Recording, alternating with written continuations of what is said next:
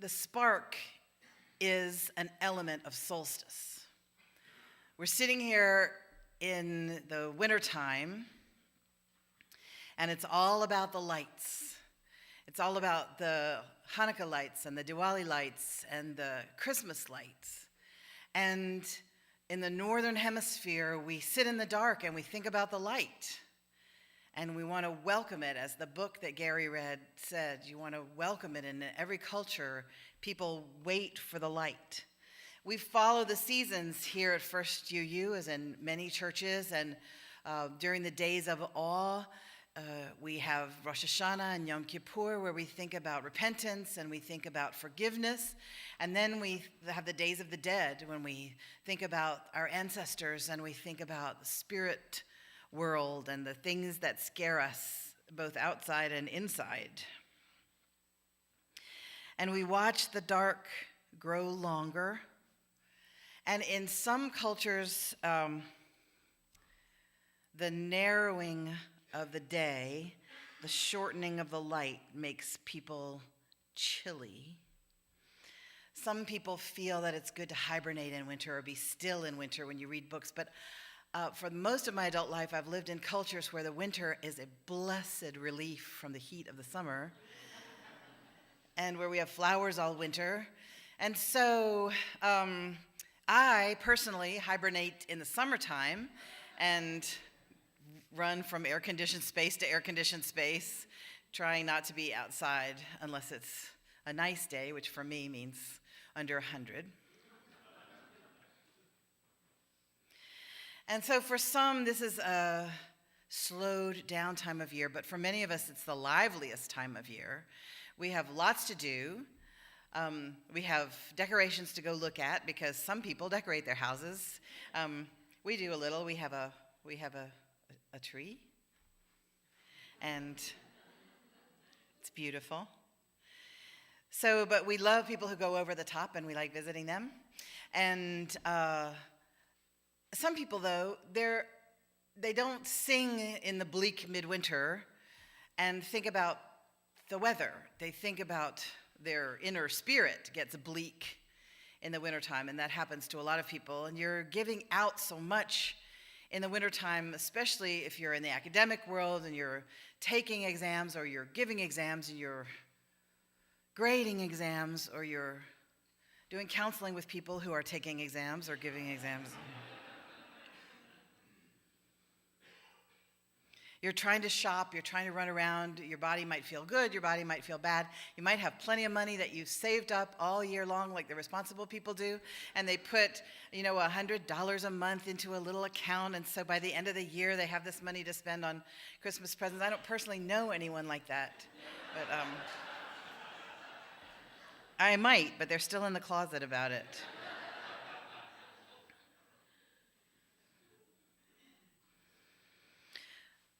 What Solstice tells us is that things are about to change.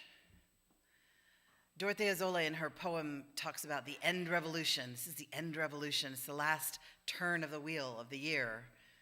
Solstice just says, change is what happens. Change is what you can count on. The mystery of life, the spirit of life that is in everything, makes you grow, and then it makes you wither, and it makes you die, and you're born, and you grow, and you wither, you die. If you're a plant. Some people believe that human beings do that too. None of us knows really what happens. But there's the spirit of life that is changing us all the time and changing everything around us. And there's a chant about it. Chant just means it only has 3 or 4 notes. And you say the same thing over and over again. And we're going to sing it. You're going to help me sing it if you care to. And the chant goes, she changes everything she touches, and everything she touches changes. She changes everything she touches, and everything she touches changes. She changes everything she touches, and everything she touches changes. She changes everything she touches, and everything she touches changes. She changes everything she touches, and everything she touches changes. And it is ridiculous to call the spirit she. And it's ridiculous to call the spirit he. And it is ridiculous to call the spirit it or them. But we must speak of the spirit somehow. Even though every time we speak a word about the spirit, we're wrong. The Tao Te Ching tells us the Tao which can be named is not the Tao. So anytime you speak of it, him, her, you know you're speaking in approximations. So we could sing, it changes everything it touches, or he changes everything he touches. The point is that when the mystery touches you, things change. And solstice is a good time to remember that rhythm of life. And so if you're feeling lost, confused, bleak, know that it's temporary and that things are going to change. Know that if you're feeling confident, sweet, healthy, and on top of things, it's temporary. Things are going to change. Human beings act as if we believe that the way we learn and grow is a constant progression onward and upward. But it is not that way. And we are constantly surprised by reality, which is not as smart as we could be. So what we need to know is that the human way of growth is spiral. We grow and we come around to the same place again. And then we come around to the same place again.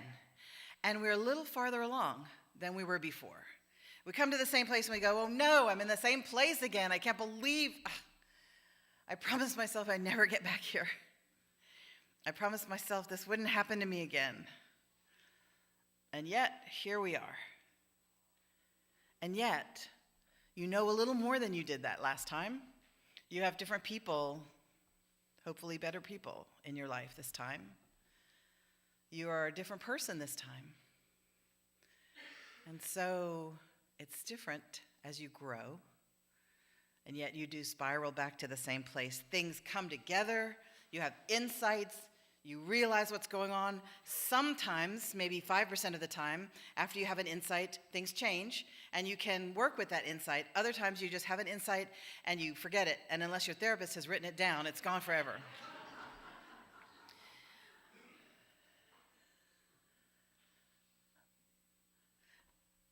But you do make progress. And sometimes everything falls apart. And I've told you before that I think falling apart is sometimes falling apart and sometimes it's blossoming. Because you don't know, the rose bud might be very anxious when its petals start to loosen and get distant from one another. And the rosebud might be saying, what's happening to me? I'm falling apart. But really what they're doing is blossoming. This might be the case for us, as Dorothea Zolle talks about roses blossoming in the snow.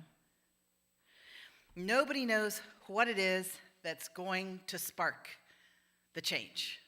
Nobody knows what it is that's going to wake you up. Many of you have watched the series Breaking Bad, and what he says in the first season after he gets his terrible diagnosis of lung cancer is, I'm awake. I'm awake. Sometimes a terrible diagnosis will wake you up. Sometimes it doesn't have to be that awful. Frederick Buechner writes this. He's a novelist.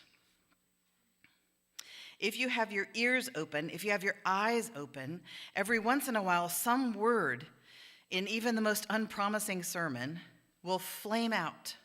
Some scrap of prayer or anthem, some moment of silence even.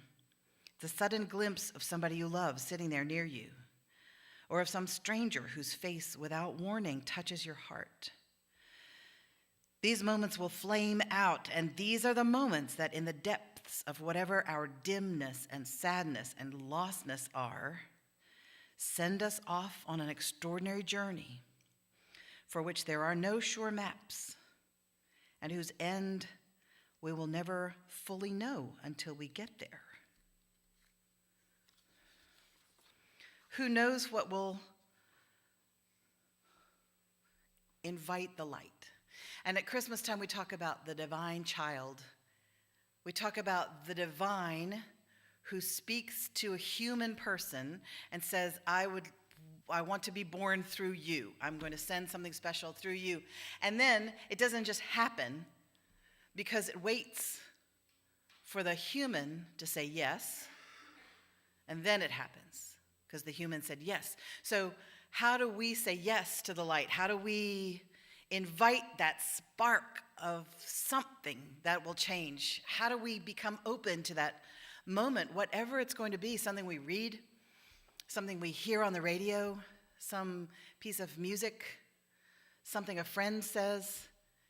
You never know, and you can't predict what it'll be. All you can do is increase your odds of being in the right place for it to happen. All you can do is keep reading, keep conversing, keep coming to church, because sometimes it happens here. Keep doing the things that increase your odds of going, the sudden flame setting you on an extraordinary journey. It doesn't have to be a bad diagnosis, although that is a highly underrated way of waking up. It doesn't have to be a mental breakdown. It doesn't have to be a great loss. It can be just a tiny thing. How do you whisper yes to the change?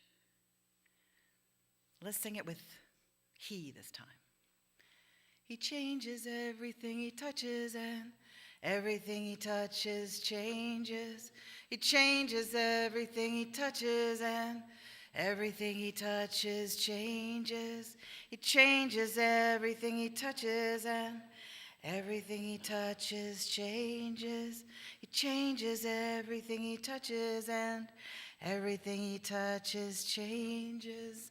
The second part of the song is changes, touches, touches, changes, changes, touches, touches, changes, changes, touches, touches, changes. He changes everything he touches, and everything he touches changes. He changes everything he touches, and everything he touches changes. Changes, touches, touches, changes, changes, touches, touches, changes. So how do you whisper yes to the change? How do you know what's going to spark it for you? What is the place where the dark is gathering in you?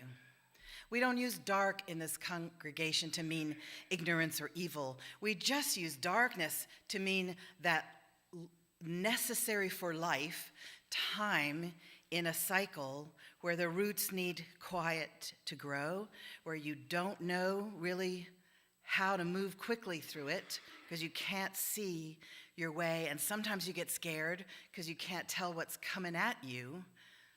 The beautiful, sacred darkness. We humans long for the light. If we were perfect human beings and well-balanced, we would also long for the darkness, the sacred light, the holy dark. But where is that place in you where you are the most stuck, where you can't see? What is your blind spot? What is your place where you have to use all of your other senses to try to figure out whether to move or whether to be still, whether to speak or whether to be quiet? Is this a place where you're asking the mystery, he, she, or it, to touch your resentments? We've been working with resentments. Is that the place where we can say, touch my resentments, set them on fire? Might we say, touch my hopes, take them away, replace them with better ones? We might say, take my relationship with my body and touch that, Take my worry about those I love. Take my trying to control the things I can't control. These are the places where the spark can come.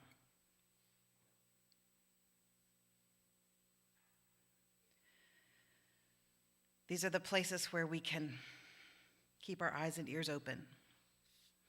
That sometimes we have a word flame out, some scrap of paper or anthem, some moment of silence even. The sudden glimpse of somebody you love sitting there near you, or some stranger whose face without warning touches your heart. These moments will flame out, and these are the moments that in the depths of whatever our dimness and sadness and lostness are, send us off on an extraordinary journey for which there are no sure maps and whose end we will never fully know until we get there. It changes everything it touches, and everything it touches changes. It changes everything it touches, and everything it touches changes. Changes, touches, touches, changes, changes, touches, touches, changes. Let's keep singing that. Changes, touches, touches, changes. It changes everything it touches, and everything it touches changes. It changes everything it touches, and everything it touches changes. It changes everything it touches, and everything it touches changes. It changes everything it touches, and everything it touches changes.